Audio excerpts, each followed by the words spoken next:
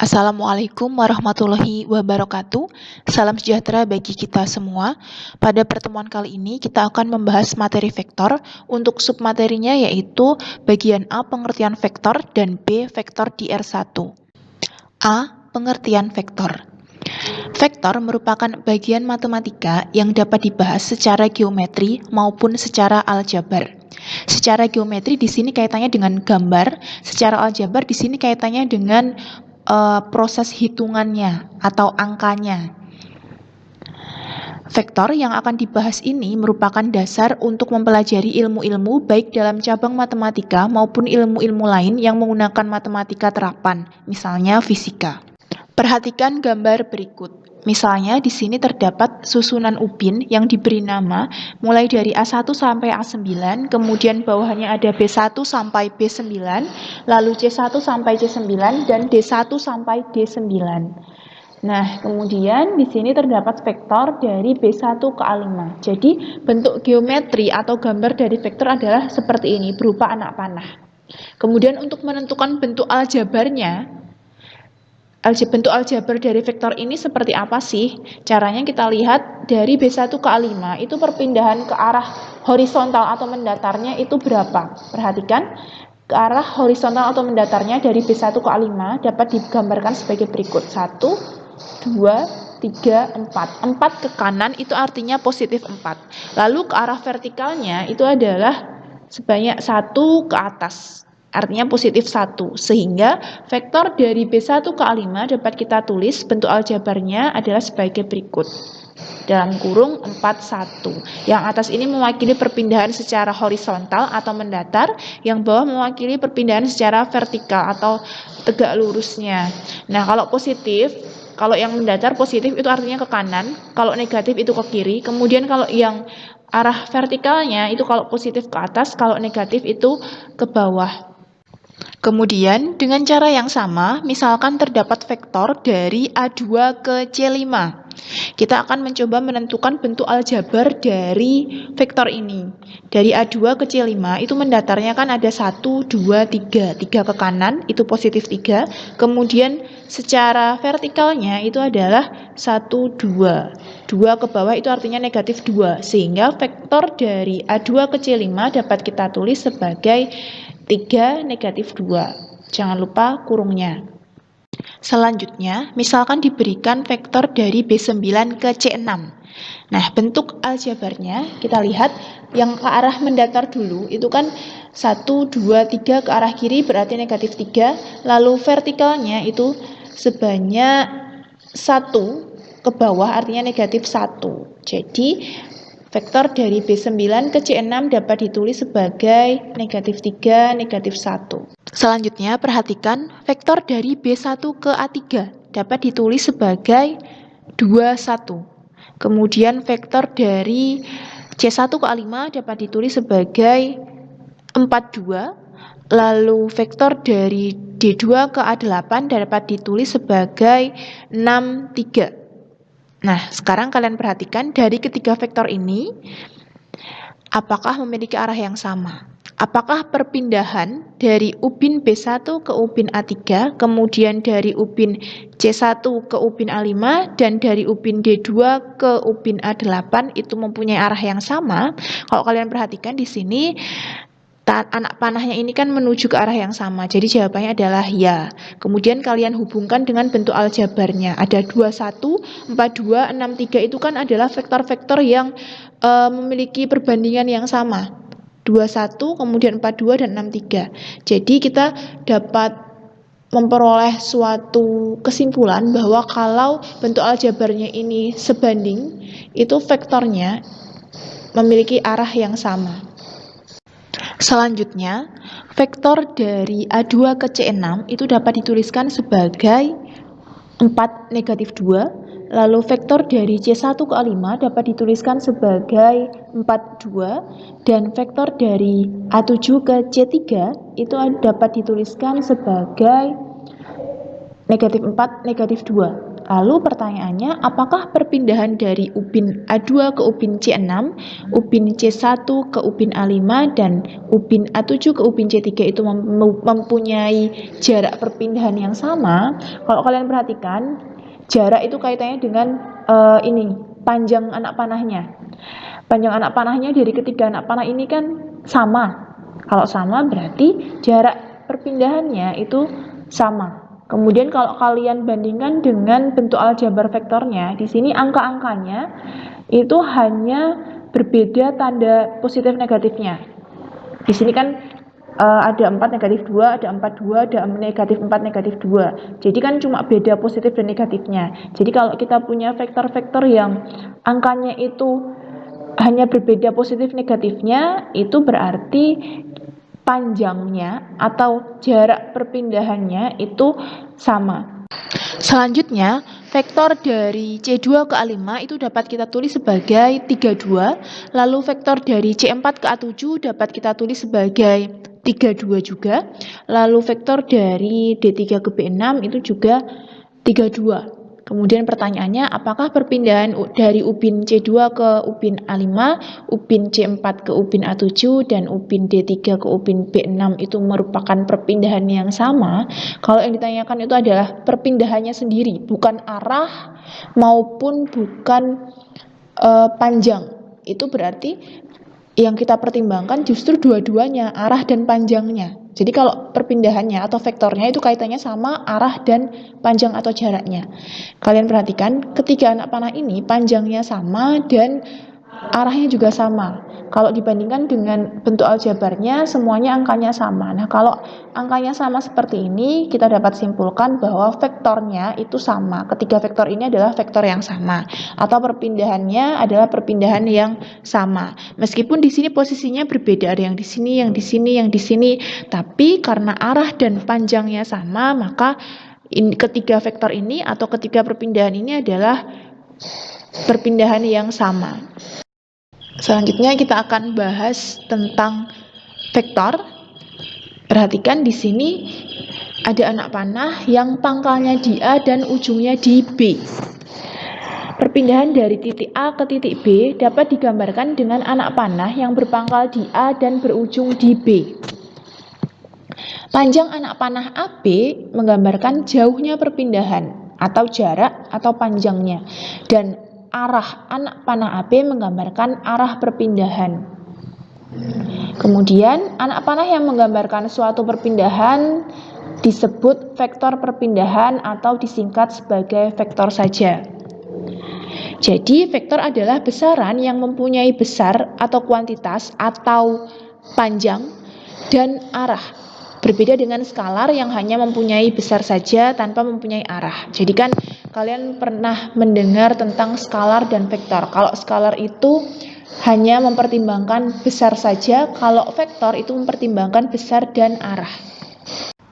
Lalu, coba sebutkan beberapa hal yang termasuk vektor dan beberapa hal yang termasuk skalar. Tentunya kalian sudah pernah mendengar tentang skalar dan vektor di pelajaran fisika. Contoh skalar itu apa, contoh vektor itu apa, silahkan dicari. Yang kedua, kita akan bahas tentang notasi vektor.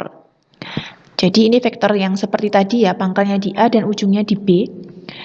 Vektor diberi nama sesuai dengan pangkal dan ujungnya. Misalkan untuk vektor di samping menunjukkan vektor AB. Ingat ada anak panah di atasnya. Arah anak panahnya selalu ke kanan ya notasinya.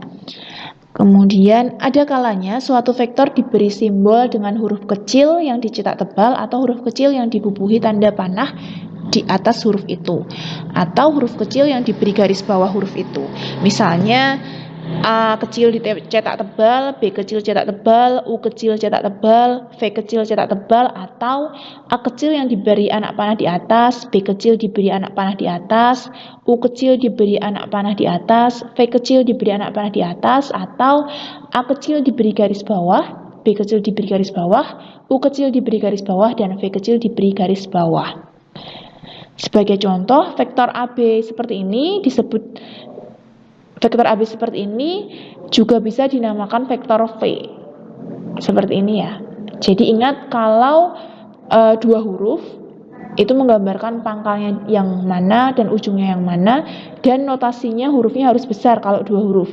Tapi kalau hanya 1 huruf itu menggunakan huruf kecil yang bisa dicetak tebal atau diberi anak panah di atas atau diberi garis bawah.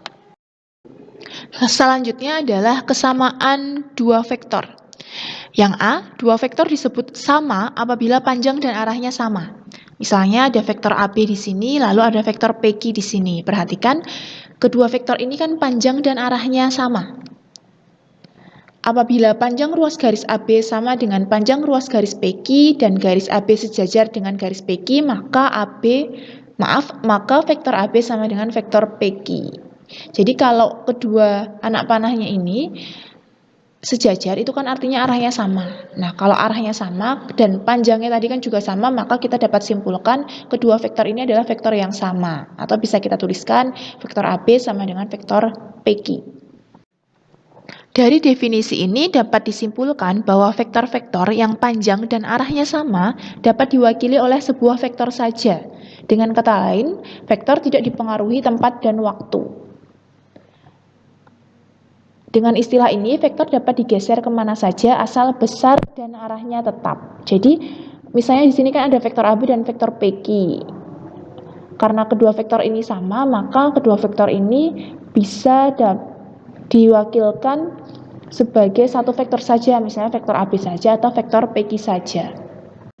Lalu untuk bagian yang B, apabila dua buah vektor mempunyai arah yang sama tetapi panjangnya tidak sama, maka vektor yang satu dapat dinyatakan dengan vektor yang lain, tapi dalam bentuk perbandingan ya.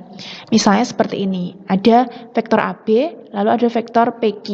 Ini garis-garis ini tidak termasuk dalam gambar vektornya, tapi hanya sebagai tanda bahwa di sini panjang vektor PQ itu adalah sepertiga dari panjang vektor AB.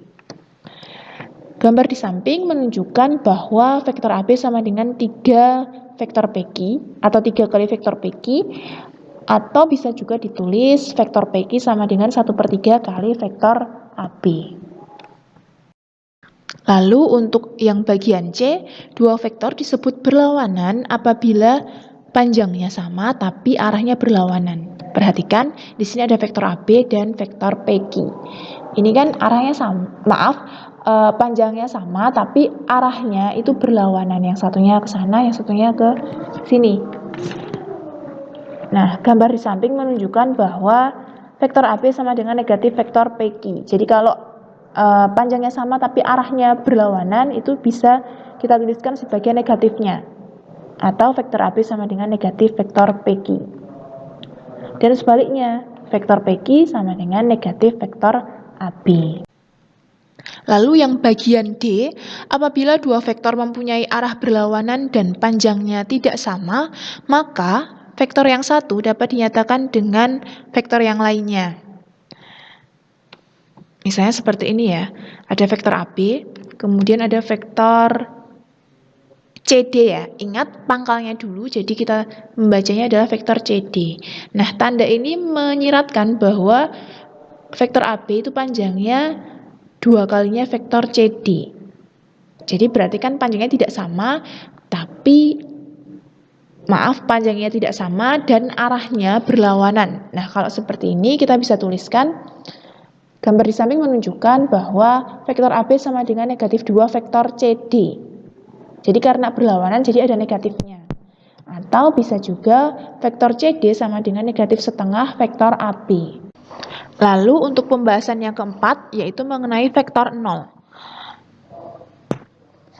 Vektor disebut vektor 0 apabila panjangnya 0, arah dari vektor 0 tidak tentu. Contoh dari vektor 0 adalah vektor AA, vektor yang pangkalnya di titik A dan ujungnya di titik A. Jadi karena pangkalnya di titik A dan ujungnya di titik A, maka bentuknya ya berupa titik seperti ini. Vektor 0 dilambangkan dengan seperti ini, 0 yang dicetak tebal.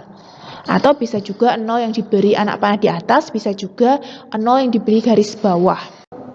Selanjutnya bagian B, yaitu vektor di ruang berdimensi 1 atau disimbolkan sebagai R1. Yang dimaksud dengan R1 adalah ruang berdimensi 1. Ruang berdimensi 1 itu artinya bentuk perpindahannya itu hanya satu arah saja. Ruang berdimensi 1 ditandai dengan garis lurus yang terdapat titik tetap, misalkan titik O sebagai titik pangkal perhitungan. Arah ke kanan adalah arah positif, sedang arah ke kiri adalah arah negatif. Nah, seperti ini ya.